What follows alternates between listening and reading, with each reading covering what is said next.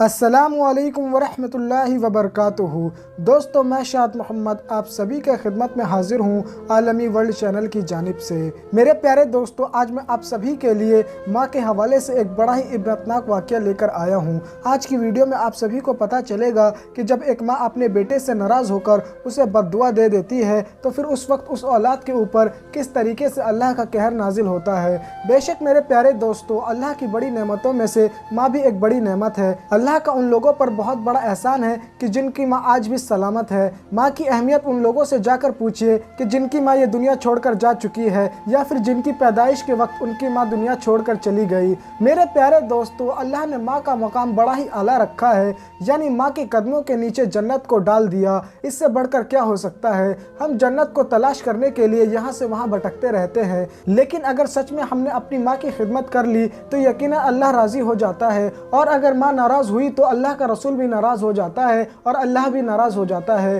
तो मेरे प्यारे दोस्तों, आज का जो वाक़या है वो इसी पे है। आप सभी को बता दूं कि एक औरत अपने शौहर के साथ बड़ी खुशी के साथ ज़िंदगी गुजर बसर कर रही थी। बहुत ही ज़्यादा मिन्नतों के बाद, बहुत ही ज़्यादा दुआओं के बाद उस औरत को 10 साल के बाद एक लड़का पैदा हुआ। बच्चे की पैदाइश के कुछ ही दिनों बाद उस औरत के शौहर का इंतकाल हो गया। औरत के ऊपर एक बड़ा सा पहाड़ टूट पड़ा और ऐसे वक्त में औरत जो थी वो अकेली पड़ गई और उसी के ऊपर सारी जिम्मेदारियां आ गई। यानी वो घर को भी संभालती और साथ ही साथ दूसरों के घरों पर जाकर काम किया करती थी ताकि किसी भी तरीके से घर का खर्चा चल सके। दोस्तों, आप सभी को बता दूं कि धीरे धीरे करके वो जो लड़का था वो बड़ा होने लगा, लेकिन वो जो लड़का था वो पढ़ाई लिखाई में बहुत ही ज़्यादा कमज़ोर था। यानी उस लड़के का पढ़ाई लिखाई के अंदर ज़रा सा भी मन नहीं लगता था और इसी वजह से पूरे दिन यहाँ से वहाँ वो घूमता रहता था। अब जो माँ थी वो भी बहुत ही ज़्यादा कमज़ोर होने लगी थी। साथ ही साथ उस औरत का जो बेटा था वो किसी भी तरीके से माँ की कोई मदद नहीं किया करता था।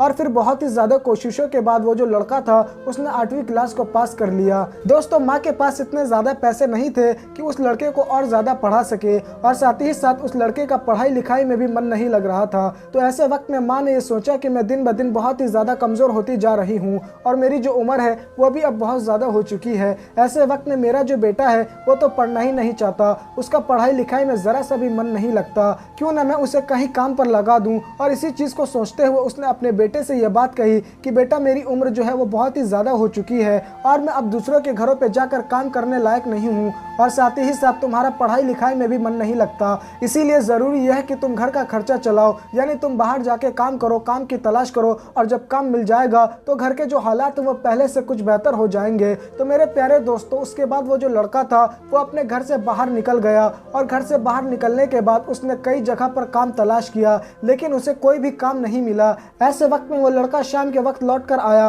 और अपनी माँ से ये बात कहने लगा कि माँ, मुझे आज काम नहीं मिला, मुझे बहुत ज़्यादा भूख लगी है, मुझे खाना खिलाओ। तो माँ ने उसको खाना खिलाया और उसके बाद माँ जो थी वो अल्लाह की बारगाह में हाथ उठाकर दुआएं करने लगी कि ए अल्लाह, तू मेरे बेटे को सलामत रखना और उसकी जल्द से जल्द नौकरी लग जाए। इसके लिए वो औरत जो थी वो बार बार दुआएं कर रही थी। मेरे प्यारे दोस्तों, अगले दिन फिर वही हुआ कि बेटा जो था वो नाश्ता करके घर से निकल गया और हर जगह उसने जाकर काम की तलाश की, लेकिन उसे कहीं पर भी काम नहीं मिला। ऐसे वक्त में जब वो यहाँ से वहाँ घूम रहा था नौकरी की तलाश में, तो ऐसे वक्त में उसे कुछ ऐसे लोग मिल जाते हैं जो कि बुरी संगत के लोग थे और उसके वो दोस्त बन जाते हैं। फिर होता यह है कि वो जो लड़का होता है वो रोज़ाना अपनी माँ से ये बोलकर घर से निकल जाता है कि माँ, मैं काम की तलाश में जा रहा हूँ, और फिर वो अपने दोस्तों के साथ ही यहाँ से वहाँ घूमता रहता। यानी वो पूरे दिन मस्ती करता और घर पर आकर ये बात कहता कि माँ, मैंने बहुत ही ज़्यादा नौकरी की तलाश की, लेकिन मुझे कहीं पर भी काम नहीं मिला, मैं कल फिर जाकर तलाश करूँगा। और माँ जो थी वो अपने बेटे को प्यार करने के बाद, अपने बेटे को दुआ देने के बाद उसे खाना खिलाती,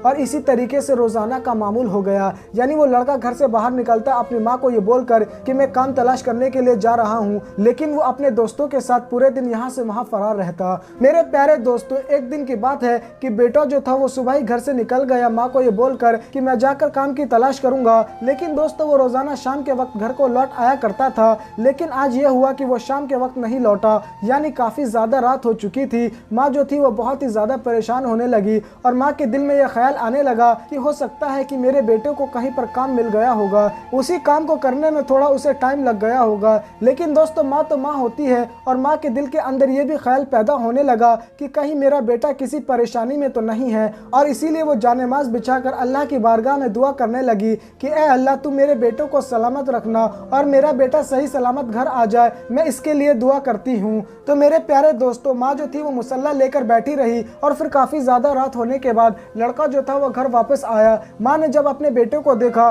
तो वह बहुत ही ज़्यादा खुश हुई और फिर अपने बेटे से ये बात कहने लगी कि आज इतना ज़्यादा देर क्यों लगा, क्या तुम्हें कहीं पर काम मिल गया? तो इस बात के ऊपर वो जो बेटा था वो ये बात कहने लगा कि मेरे नसीब में काम नहीं, मैं तो अपने दोस्तों के साथ फिल्म देखने के लिए गया था। तो ये बात सुनने के बाद माँ जो थी वो बहुत ही ज़्यादा हैरान रह गई और अपने बेटे से ये बात कहने लगी कि बेटा तुम रोज़ाना शाम के वक्त लौट आया करते थे और आज बहुत ज़्यादा देर हो गई और इसी वजह से मैं बहुत ज़्यादा घबराने लगी थी। ये बात सुनने के बाद वो जो लड़का था वो ये बात कहने लगा कि माँ मुझे बहुत ज़्यादा भूख लगी है, ज़्यादा बहस करने की ज़रूरत नहीं है, मेरे लिए खाना निकालो। तो ये बात सुनने के बाद वो जो माँ थी वो ये बात कहने लगी कि बेटा मैंने तुम्हारे इंतज़ार में खाना नहीं खाया है, तुम्हें थोड़ी सी तो परवाह होनी चाहिए थी कि घर के अंदर माँ अकेली है, टाइम से घर आ जाना चाहिए था। इस बात के ऊपर वो जो लड़का था वो ये बात कहने लगा कि मेरे जितने भी दोस्त थे सबके घर के अंदर उनकी माँ अकेली थी, एक तुम ही नहीं हो जो घर के अंदर अकेली थी। तो बेटे के इस बात के ऊपर माँ की आंखों में आंसू आ गए और वो अपने बेटे से ये बात कहने लगी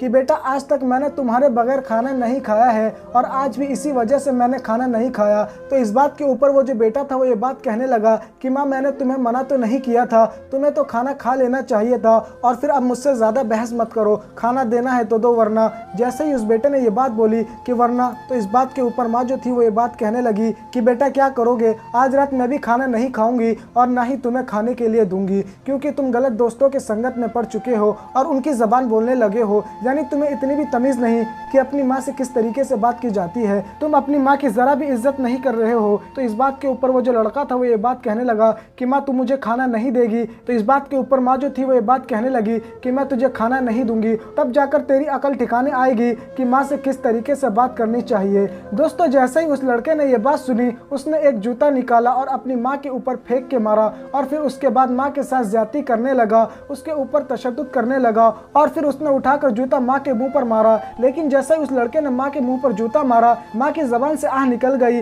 और माँ की जबान पर यह बात आ गई कि ए अल्लाह मेरे बेटे को ऐसा जलील करना, ऐसा रुसवा करना कि ये सारी जिंदगी दर्द और तकलीफ के अंदर इसी तरीके से तड़पता रहे जिस तरीके से आज मैं तड़प रही हूँ। तो मेरे प्यारे दोस्तों, इसके बाद वो जो शख्स था, वो जो लड़का था, उसने अपनी माँ को धक्के मारकर घर से निकाल दिया और दरवाज़ा बंद कर लिया। माँ जो थी वो बेसहारा हो गई और वो अपने आप को कोसने लगी कि ए अल्लाह तूने मुझे कैसी औलाद अता की, अच्छा तो ये होता कि मुझे कोई औलाद ही नहीं होती। और फिर मेरे प्यारे दोस्तों, अगले दिन जब आस पड़ोस के लोगों ने इस चीज़ को देखा कि बेटे ने माँ को घर से निकाल दिया है, तो ऐसे वक्त में उस औरत के पास लोग आए और खाना वगैरह देने लगे। लेकिन माँ जो थी वो किसी भी हाल में खाना खाने को तैयार नहीं थी और फिर माँ ने ये बात कह दी कि जिसका बेटा खाना नहीं दे सकता फिर वो किसी और से उम्मीद क्यों रखे। और फिर मेरे प्यारे दोस्तों, उसी तरीके से वो जो बूढ़ी औरत थी वो यहाँ से वहाँ फिरने लगी। हफ्ता गुजर गया, यहाँ तक कि उसने अपने मुंह के अंदर एक दाना तक नहीं डाला। दोस्तों जब भूख की वजह से हालात खराब हुए तो ऐसे वक्त में वो बीमार पड़ गई और बीमार पड़ने की वजह से उसका इंतकाल हो गया।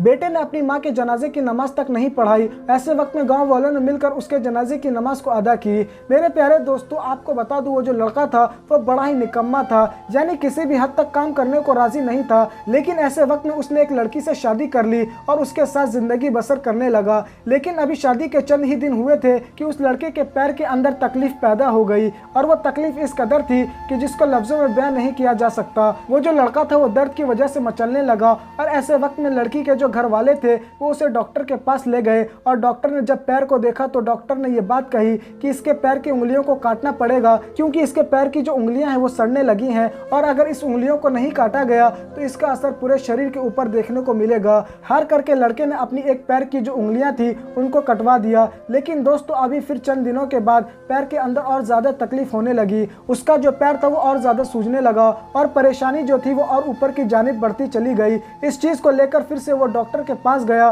तो डॉक्टर ने बहुत सारी दवाइयाँ दी, लेकिन किसी भी हद तक आराम नहीं मिल रहा था। डॉक्टर भी परेशान थी कि अचानक ये क्या हो गया, यानी बिल्कुल सही आदमी था, अचानक से इसका जिस्म जो है वो क्यों गलना शुरू हो चुका है। तो इस बात के ऊपर डॉक्टर ने ये बात कही कि अब तुम्हारा पूरा पैर काटना पड़ेगा वरना ये बीमारी जो है वो और ज़्यादा बढ़ सकती है। दोस्तों हालात से मजबूर होकर उसने अपने पैर को भी कटवा दिया। जिस लड़की से उसकी शादी हुई थी उसके घर वाले जो थे वो सारा खर्चा उठा रहे थे, क्योंकि लड़का जो था वो किसी भी तरीके से काम धंधा नहीं करता था और साथ ही साथ अब तो लाचार भी हो चुका था, यानी एक पैर अपना खो चुका था। और जो उम्मीद उस औरत ने अपने शौहर से रख रखी थी कि आगे चल के मेरा जो शौहर है वो काम धंधा करेगा और घर को चलाएगा, लेकिन ये जो मेरा शौहर है ये दिन ब दिन बेकार होता चला जा रहा है, यानी इसका जिस्म जो है वो ख़त्म होता जा रहा है और मैं इससे कितनी ज़्यादा उम्मीद करूं, हत्ता कि मेरे घर वाले ही इसका खर्चा चला रहे हैं, यहाँ तक कि इसका इलाज भी करवा रहे हैं। मैं कब तक अपने घर वालों से पैसे मांगती रहूंगी, इसीलिए बेहतर यह है कि मैं इसको तलाक दे देती हूँ। वो जो औरत थी उसने फ़ौरन ही अपने शौहर को तलाक दे दिया